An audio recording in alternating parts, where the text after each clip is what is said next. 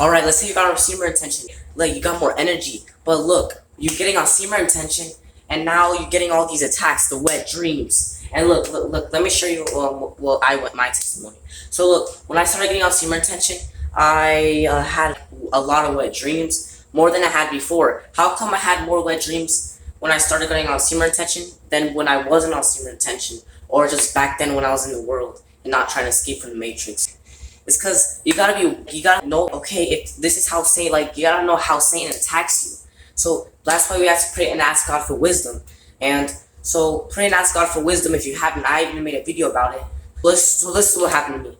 So it was some time ago. I was in, I think it was 8th period. I go to a school that was like 8 periods, but I'm pretty sure the norm was like 7 or something around that. And so I was in, I think it was my 8th period. And this, for some, like, this always, like, for some reason, like, the carnal mind would be like, oh, because she has to sharpen her pencil, or it's because she's being unlucky and her pencil's always on sharpening, or always getting dull, which means that you can't really write on the paper. But, like, well, spiritual mind, because she would have an attire of a harlot, so she would have booty shorts on, and she was tall. So when, you know, the tall people, the tall girls in like school are more like, they probably look, I'm gonna admit it, they look more finer. But anyway, she would get up and she would walk past me. What Satan does is that she uses, because the woman's the weaker vessel, she can use her to walk past so she can try making me lust after the woman. But I was like, nah, I'm not falling, I'm just writing on my paper.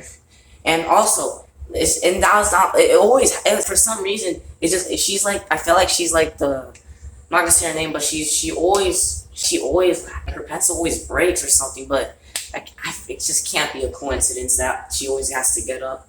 It just can't be a coincidence. If Satan cannot get to you, he'll use other people around you. So if he cannot get you in the physical realm, he'll get you in the spiritual realm, which is your dreams. Let's say he can't get you in the physical realm, he'll send wet dreams in the spiritual realm. Wet dreams, either the incubus or the succubus. Succubus if you're a man, so you get drained. So succubus if you're a man, and incubus if you're a woman. So the succubus will attack you if you're a man, and the incubus will attack you if you're a woman. So that's why we gotta be wise out here. And also she would how the teacher, like that funny joke, it was a joke. It was like when the teacher has to bend over, and you're like, what the, because the teacher's bending over because he has to help another student. And she was doing that, but she wasn't teacher, but she was literally doing that, and she had booty shorts on, and I was like, oh, me, back then, when I wasn't on semen retention, I would be like quick to look or something like that. But for me, I was just acting like I wasn't seeing anything. I was just writing my own paper, and maybe I would do this. So, because when you're looking down here, a little bit of your eyesight can go over there, because your eyes can see more. It's just sees more around, but it usually focuses on here. Also, so I might have done this, and I was writing on the paper. So I was just avoiding trying, because in Matthew chapter 5 verse 28, if you look at a woman lustfully, that person that looked at the woman lustfully has committed adultery with that person in their heart. Woo! Hold on. That's true. If you look, so you can't be so quick to look at people. So quick to look at a woman with a lustful look, because if you do, you commit adultery. And when you commit adultery, you break God's 10 commandments. And if you're always breaking God's 10 commandments and you're never repenting or anything, that's gonna lead you to hell. And it starts off slow. So Satan might do that. Let's say if I gave it to the bait and I started lusting, then I would have sinned. And then that sin leads to another sin. And that other sin leads to more sins. And then a bunch of sins. So he probably has to start slow. Just like how he's doing it with the children, targeting the children. He has to do it slowly by slowly. Like targeting the youth, having LG clothes in Target or just whatever, and he's targeting the children because Satan knows that the children are the future generation, and when the future generation grows up, then they're gonna be like, when they're like 10, 12, 15, 20, 18, 17, when they look at LG, they're probably gonna think that's normal. They're probably gonna be like, oh, you see this soccer ball? It's pretty normal because it's a soccer ball, it's a sport. I'm not saying soccer is bad or anything, but I'm just saying, trying to give this for an example. This soccer ball, let's say this was LGBT, and and people hated this. People were like, "What is this? No one likes LGBT." But saying he pushes it. When a future generation grows up, they're gonna be like, "Oh, this is LGBT." Oh, and then they think it's normal. This is not LGBT. It's just soccer ball. I'm just trying to give an example. Oh, saying targeting the children, so when the children grow up, they'll think that LGBT is normal, and maybe if Satan's targeting other things on the children, then and that's bad, that it was just sin, which is just bad, then children are gonna think it's normal in the future. Oh, guys, you'll expect the attacks. Expect it. I shared what I went through.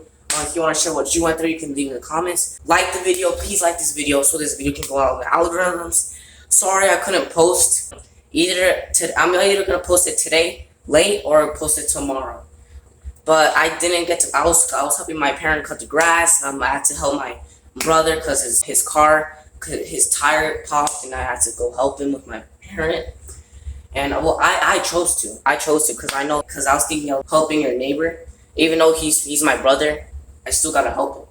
And it's important to love your brother, guys, because if you don't love your brother, then you're not operating in love. You're just like, if you say you love God, let's say you're so-called righteous. You're righteous, following those 10 commandments. Well, if you don't have love for your brother, you're still in darkness until now. All that work you did, but you don't have love for your brother, then it's just useless. Because you're still in darkness if you don't love your brother. That's why we gotta forgive, say sorry. If you want to do it this way, you can go up to your brother and say, "I'm sorry for everything I've done, but I also forgive you for everything you've done to me." Just like that's what I did to other people that trespassed me. I love my brothers. I love my brothers because I have siblings. I have brothers. I love my brothers. And it's important to love your neighbor as you love yourself. But if you don't love yourself, I'm not saying you have to hate if you don't hate your life more. Like you have to love God. You have to love Jesus more than you love your life. That's what if you don't hate your mother or your father more, if you don't hate your father or mother or your family, then you're not worthy. So that means like you're not worthy of, it's because you love them more than you love God and Jesus. Yeah, thank you guys for watching. Smash, comment, subscribe, comment your testimony if you want, and I'll see you guys next time. Peace.